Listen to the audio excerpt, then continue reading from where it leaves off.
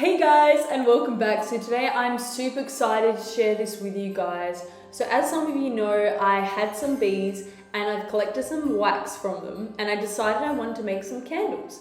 So I turned this wax into what you guys saw beforehand, being those beautiful candles that I made. So I ordered those candles off Temu. If you guys want, I can try and put some links in the description below for you guys. You guys can have a look. I know there's so many other sites like Shane and Wish that you guys can also look on. So I started off by grabbing my wax. So if you guys have beeswax, this is what you have to do. So you're going to get a pot. So make sure this pot is old. This one that I'm using is one from our rental house that they were going to get rid of, and I told them that I wanted to keep it just to make candles in, so they allowed me. As for you guys, do not use any new pots. I recommend going out and buying a pot, as it's really hard to get the beeswax off it after, or any type of wax off your pot after, and you don't want to be cooking in the pot that you've been melting your wax in. Then I filled up my pot from the tap. Now later on, you guys have seen this video, I ended up using the kettle for this instead of from the tap, as the tap water was cooler, and I found by using the kettle, it allowed me to melt the wax quicker, and that was what I needed as my pot was quite small.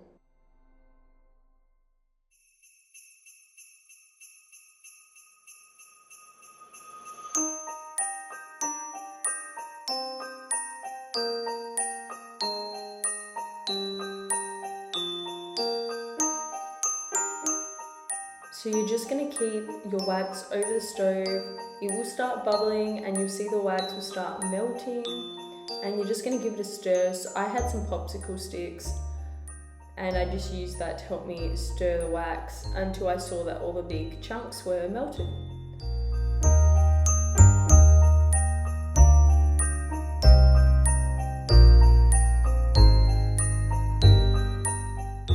Now once I saw all the wax was melted, I grabbed my sifter, and this sifter is just for the wax now. I'm not going to be using it for food or anything else. It's just a cheap one I found, and I sifted all the wax through.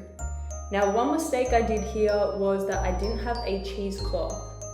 If you guys do have a cheesecloth or are trying to do this for the first time, go buy a cheesecloth, or you guys can even use that bag that when you're washing your clothing in the washing machine, sometimes you buy those bags that keep your clothes safe. You can also use that instead of a cheesecloth, but then you can't use it on your clothes obviously later. You just have to keep that for your wax. As you guys can see, there's a lot of gunk that has come off from the honeycomb, and I've just left that in the sifter to keep straining while I've gone back and I've started melting the rest of the honeycomb. So I just keep continuing this process. If you guys are in the same boat as me and have a lot of wax, you're just going to keep melting the wax down until you've melted everything.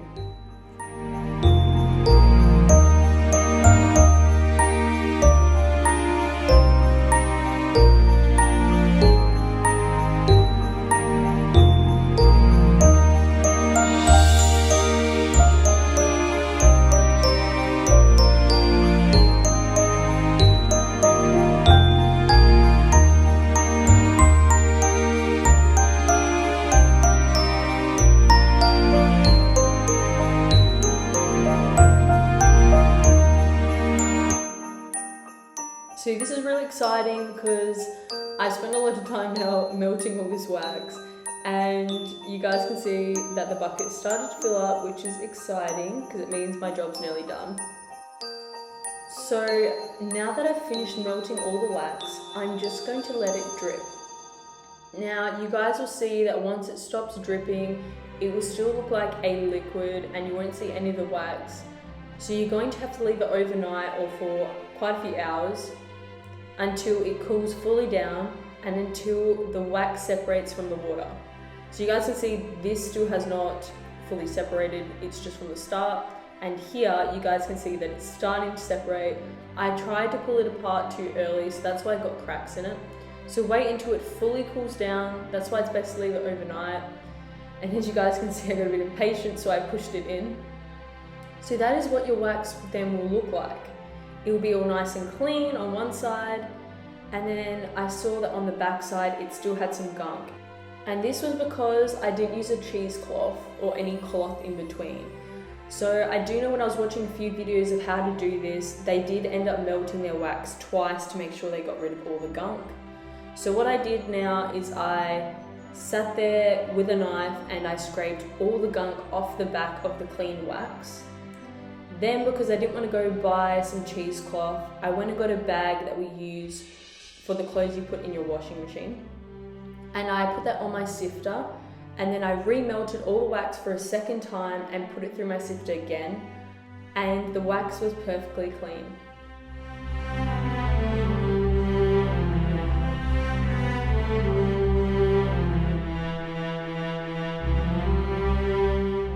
So once the wax was melted for the second time and was all clean, I got out all the molds that I ordered online, I placed them out, and I poked holes in them, threaded them through with the candle wax, and then I went, melted the wax again, and then poured it into each of the molds. So when poking holes into the candles, you want to be careful and make sure that you put it through the right spot. So the candles that I got, this first one that I'm doing is a dog candle. I made sure that I poked it through the head, straight in the middle, because the candle, as you guys can see, the head's actually at the bottom part. So the candles are all upside down. That's how all my candles were. So I made sure that I poked it through the head of the dog so it wouldn't be in any weird position. Then I cut the thread. I ended up changing scissors because those scissors weren't cutting very well. And then I grabbed one of my candle wick holders. Now, if you guys don't have enough candle wick holders or you don't want to order any candle wick holders, mine, I was lucky enough that it came with my set. I ended up just getting some pop sticks to do the rest of mine, and I just put a pop stick on each end just to hold the candle wick. So here I'm doing one of my teddy bears that I ordered.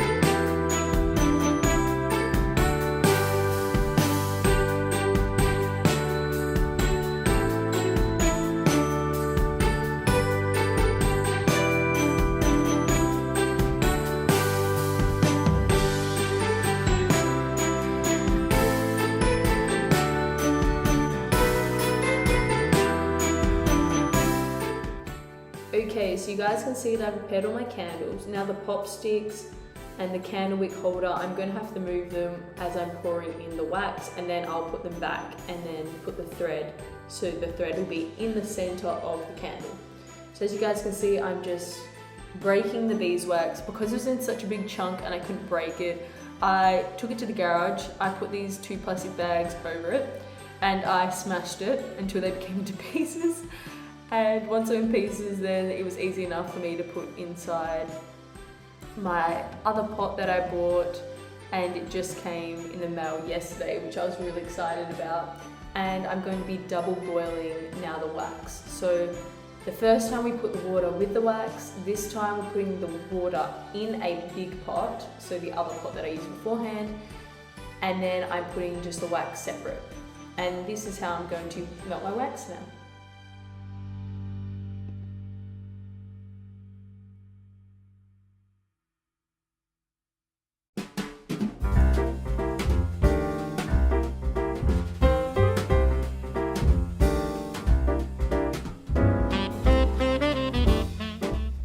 So I just sat on top of the wax and I kept stirring it until it fully melted.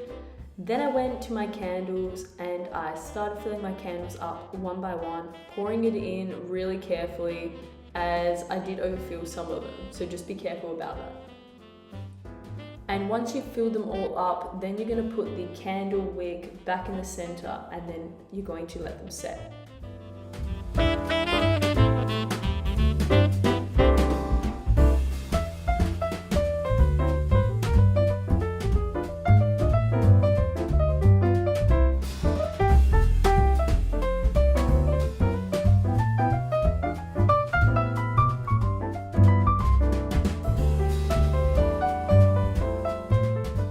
While you guys are filling them up, just a tip, do not put your hands on the outside of the molds. It will be hot and it will burn you. I learned that the hard way. I don't know why I thought that I wouldn't get burnt, but because this mold was a bit flimsy, I thought, oh, I'll just put my hands on it for support, and it actually made it worse because I burnt myself and spilled some of the wax. So just keep that in mind.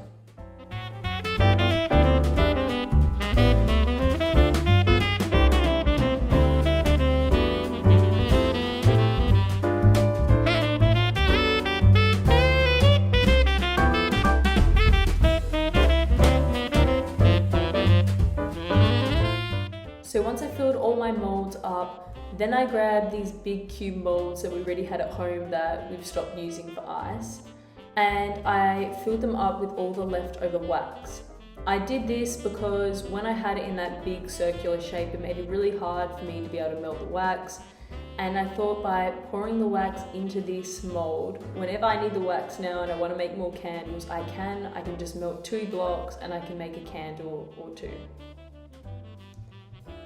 So I do recommend you guys do this as well if you guys are melting a lot. Put it into a mold or something that you might have at home or even that you might buy, and then it'll make it easier for you in the future when you guys are trying to make candles again.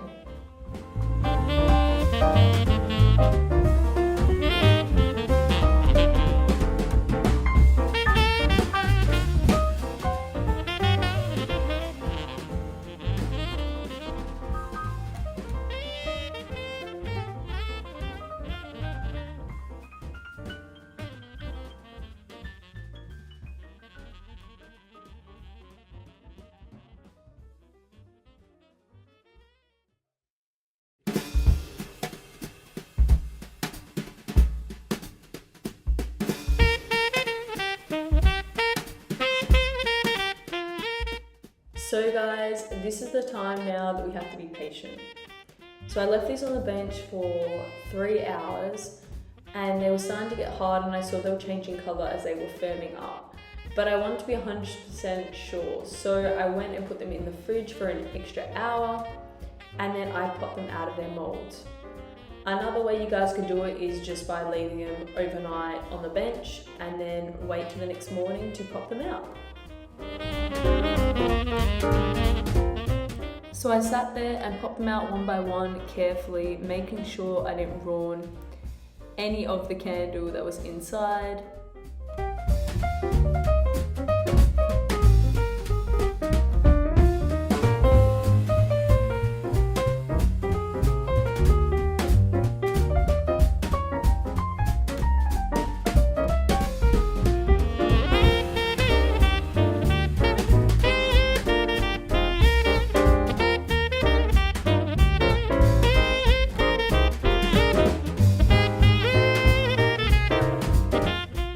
So once I popped them all out, I grabbed a good pair of scissors and I cut the bottom wick off and a bit off the top, just so they were the perfect size.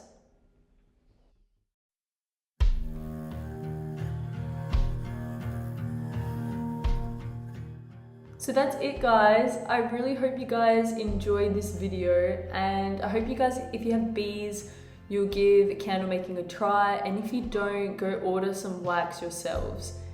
I fell in love with these molds, especially the dog and the snowman. Please like and subscribe to my channel if you guys haven't already. Bye!